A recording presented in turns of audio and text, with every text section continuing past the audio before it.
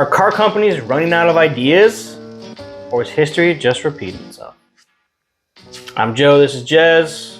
Welcome back to Spirited Garage. So let's talk about cars out there with the retro styling.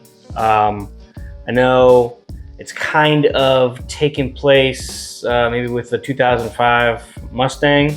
I know when that came out, it took retro styling from like the 60s Mustang, bring it into a modern era, and that kind of got things rolling. From there we had the Camaro, and then we had the Challenger or Charger? I always forget which one. I think the Charger is the 4-door and the Challenger is the 2-door, right? Okay. Both are sick. Even the 4-door has some kind of, I wouldn't really say retro styling, but the Challenger for sure. And then since then, there's been evolutions of each of them kind of carrying over throughout.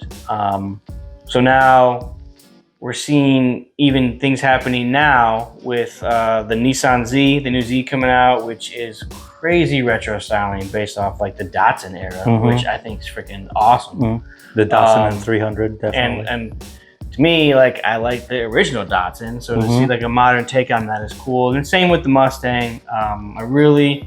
It took me a while to get into American cars, domestic. I kind of grew up with the import scene. So when that first came out, I was like, okay, cool. You guys got nothing else to do. So you're just going to bring back the old school and make it new. But they really took off. And then as I've kind of gotten more into like the whole world of cars and understanding and appreciating all different makes and models, I can see where that's going. I can see where it's at. And I actually like where the Mustang has progressed, and we can kind of date it back to that 05. And I appreciate that one for kind of being like the originator to start it off, and other companies following suit. So it's even crossed over to SUVs and that now. Right, Bronco, right? So that's got the retro styling from the Bronco. Good job, Bronco. Keeping it strong, loving life. But I think the cool thing is what it's doing is it's whether it's to appease the the older gearheads, to bring older ideas to younger gearheads. I'm not really sure where the concept is, but it's working and it's going through. And it all started from, I guess, the 2005 Mustang, first originator. I guess let's bring it back. Let's talk about ones that didn't work out then. Oh my God, Jez, the Beetle. No, that worked out really good. Yeah, but that was the first one. Yes, that's true. Okay, all right. So maybe it's the Volkswagen Beetle retro coming back. What was that like? Early 2000s? Early 2000s. Okay. Yeah. So, all right, we're Spirited Garage. We're going to be more on the enthusiast, spirited driving, modifying cars. So I know the Beetle. I know there's race series out there, and we're going to upload some picture of a racing Beetle so everybody can chill. But, like, I don't see a lot of those out on my streets. I do see a lot of Mustangs. I do see a lot of Camaros. I do see a lot of Challengers. So what would you categorize PT Cruiser when that came out? I totally hate it. I think it's gross. But it was very popular when it came out. Also, there's the Thunderbird. The Thunderbird. I feel bad for Thunderbird because that definitely was one of the originators, right? They're trying to bring it back. Didn't do it right. No. I don't know anything about it. Maybe it didn't perform. Maybe it had shit handling. Oh, shit, crap. Maybe it had bad handling. It just didn't take off. PT Prowler was kind of like a retro hot rod, go to the dealership, buy something like that. Again, not for me, but I know a lot of people were into that. And then there's the Chevy, I think it's the Chevy truck. I think it's just the SSR.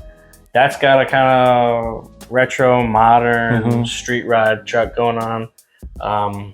That one's kind of cool. I mean, it's a street truck. That's all it is, a street truck.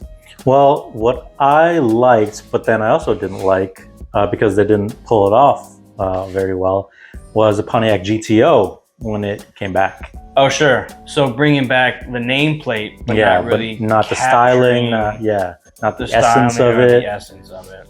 So I still think it's kind of cool. I know it's got a lot of power to back up, and it's kind of low numbers. I think there's a lot of them, so it's kind of cool in its own right. But it definitely didn't probably do what Pontiac wanted it to do, like the Mustang, like the Camaro. I mean, because the Camaro is still evolving, and so is Oh, yeah. So So something like that, bringing back the nameplate, but not the essence of it, the aesthetic of it. sure.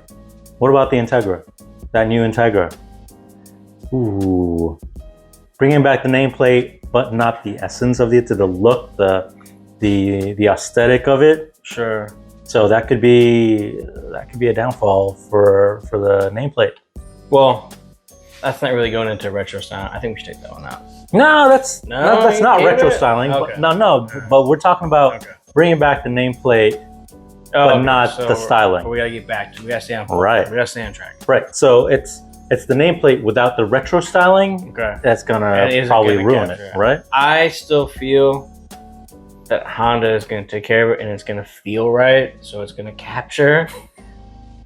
It might just be me. That's It a lot might of just be copium. me. It might It's just a lot be of copium you're taking. It might just be me. But good point. Okay, to Honda. So what they have now is the Honda E, which is only sold in Europe. It's all electric. It's such a retro styling of the Honda CBCC. Exterior, interior cues. That's one car that I would love to come into America because that would be my first choice for a daily driver. You have a cool little compact commuter. It's electric, 100%. Plug it in, go to work, do my commute, blah, blah, come home, that's it.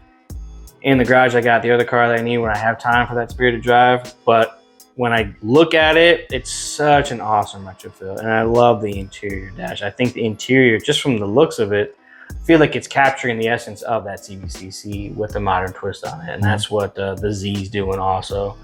So that's part of, not just the look, but the feel, the essence, right? Which is huge, which is heavy. And if you miss that, that's probably where it's not going to take over. Right, for sure.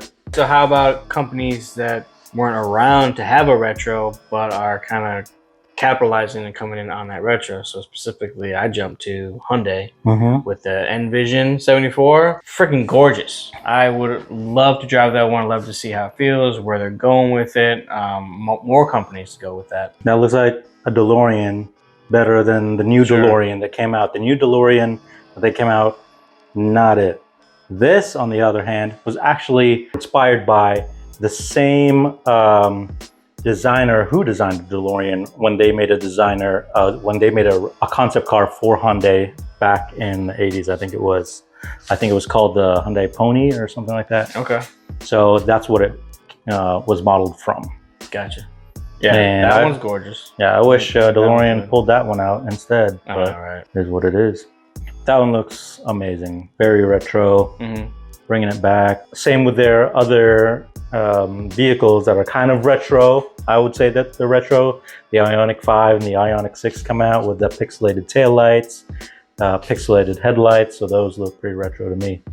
I don't see that as retro, man. I see that as like modern EV concept, but for the streets. I don't know. Like I don't see retro in that. I see that's going to be maybe like 30 years from now, that'll be like the retro EV look. Like, oh yeah, the Ioniq 6. That's retro. Like when the EVs are trying to come through with very different styling, getting rid of grills because you don't need airflow, so it's like this different look.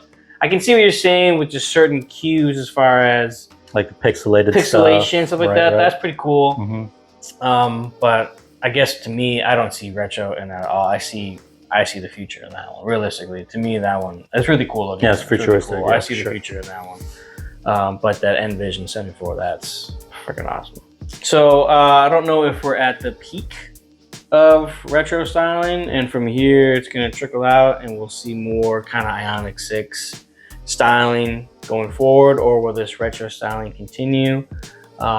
Everything seems to be in a circle and a pattern, things come and go, styles, trends, music, everything, kind of always comes back. So are we at that peak where now it's new, and then 30 years from now, new is old?